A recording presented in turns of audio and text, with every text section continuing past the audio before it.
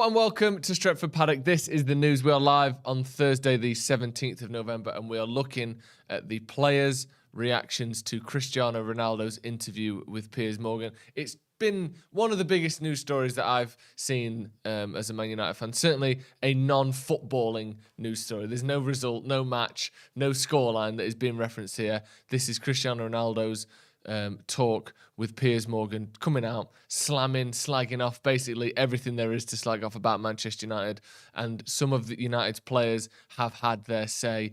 We've got a great article from Charlotte Dunker in the Times that we're going to have a little look through. We've got some quotes from Raphaël Varane as well, who has spoken out in the wake of this. Obviously, one of Ronaldo's sort of closest friends. I don't know in terms of being friends, but certainly career-wise, these two have played together for a long time, won a lot together. He knows Cristiano Ronaldo inside and out, and he has spoken out about this interview. So we'll be getting into all of that. But get your thoughts in the comments on Cristiano Ronaldo's interview, the reaction, because also, we've spoken about the quotes, and we're not going to go too much, or we're not going to go into Ronaldo's quotes anymore on this news. We're going to be looking at the reaction to them. Should he play for Manchester United again? Do his teammates want him to play for Manchester United again? That's the crucial thing. In all of this, it's almost like he's had a go at Ten Hag. We think about that. He's had a go at the Glazers. We think about that. But by proxy, you're having a go at your teammates a little bit here. You're talking about, the standards and the youngsters not wanting to learn from the older players like Ronaldo did when he was young. You mentioned that yesterday about Ryan Giggs and Van Nistelrooy and Rio Ferdinand and players like that he learned from as a youngster, and saying that the youngsters at United don't do that. So you can see why certain players at Manchester United would be unhappy with the way things are going at the moment. But let's get into this straight away then. So this is from Charlotte Dunker. In the Times, great article. We've had Charlotte on the channel before, so excellent journalist. Make sure you check out the full article. But she says, Manchester United players believe Cristiano Ronaldo should not play for the club again and do not expect him to return after the World Cup. You can see there, we've tweeted this story just a few moments ago. The Times understands that the majority of the club's playing staff do not expect the Portugal international to be back in the squad after the tournament in Qatar, as they think there is no way back for him following his comments that he does not respect manager Erik Ten Hag.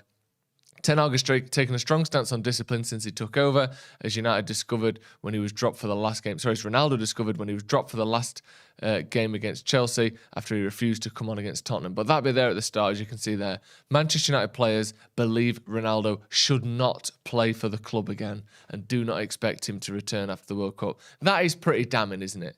That is a pretty sensational bit of journalism there, and this isn't just Charlotte Dunker saying this. This is in the MEN as well. But Charlotte Dunker in the Times is someone that I would put my sort of trust in to suggest that these sources are pretty good and reliable. That Man United's players have basically had enough of this. They don't expect him to come back. They don't think he should play for the club again after those quotes, particularly against Erik Ten Hag saying that he doesn't respect him. And you can't really blame him, can you? You can't look at, a colleague who has come out and publicly said he doesn't respect his boss. And that's the thing.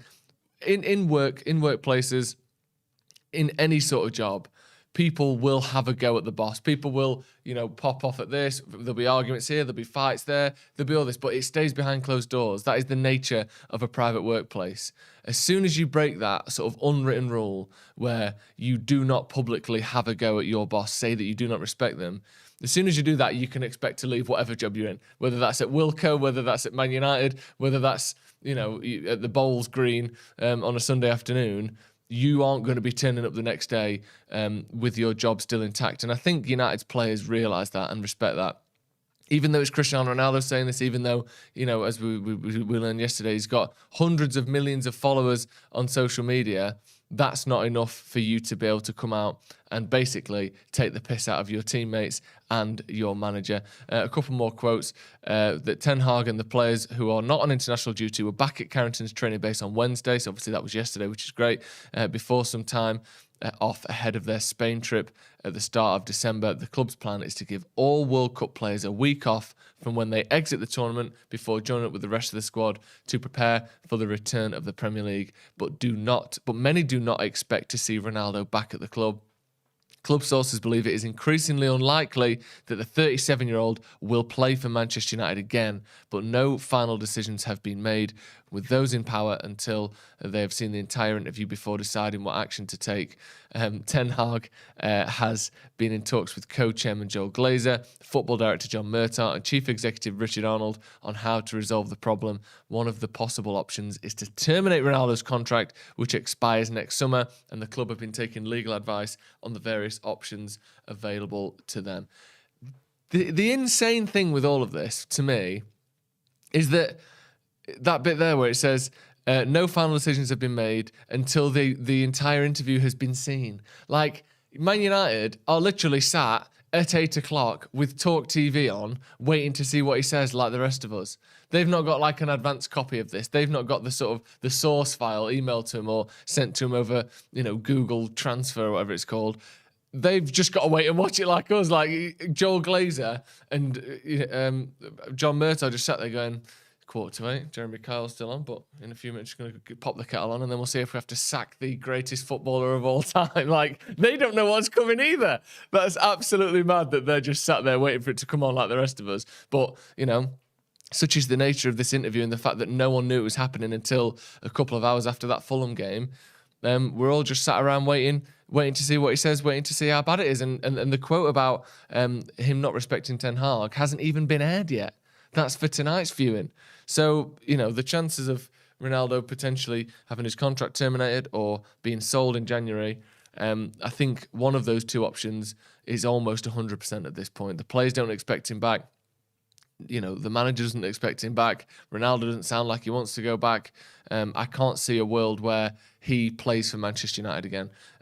Kelvin Kamau says Ronaldo is the GOAT. Yeah, he probably is. But, that's not up for debate in this one, is it? Ed says they're basically trying to decide if they terminate or sell. Yeah, quite possibly. WLK God says, I respect him to come out and speak his mind. I don't. I like people speaking their mind. I like people having to go at the Glazers. I like people, highlighting problems at Manchester United. I love that. Obviously, we've talked about that so much on this channel. We've talked, everyone as United fans almost unilaterally agrees anything that can encourage the Glazers to leave Manchester United. Or even, I tell you what, it wouldn't be my ideal choice. I'd obviously rather they left. But even if it just made them go, okay, we'll upgrade the training ground. Okay, well, we will spend more on Old Trafford.